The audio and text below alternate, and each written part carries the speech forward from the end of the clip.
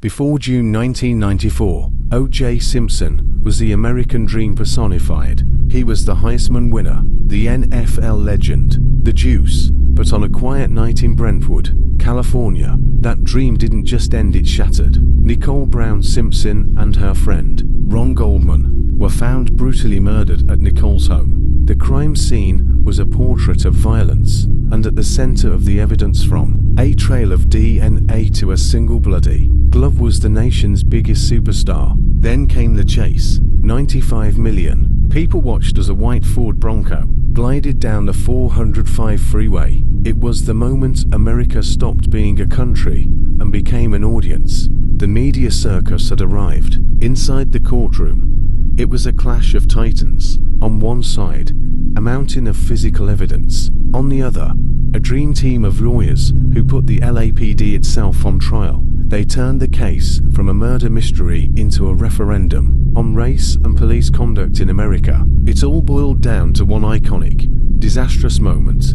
A pair of gloves, a struggle to put them on, and a phrase that would echo through legal history: if it doesn't fit, you must acquit. On October 3rd, 1995, the world stood still. When the words "not guilty" were read, the reaction split the country down the middle.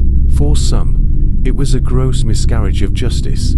For others, it was a long overdue reckoning with a flawed system. O.J. walked free from criminal court, but the shadow never left him. 2 years later, a civil jury found him liable for the deaths, ordering him to pay millions to the families. The man was acquitted, but the legend was dead. The trial of the century didn't just change O.J. Simpson's life, it changed how we see celebrity, how we see race, and how we watch the news. We've been living in its aftermath ever since.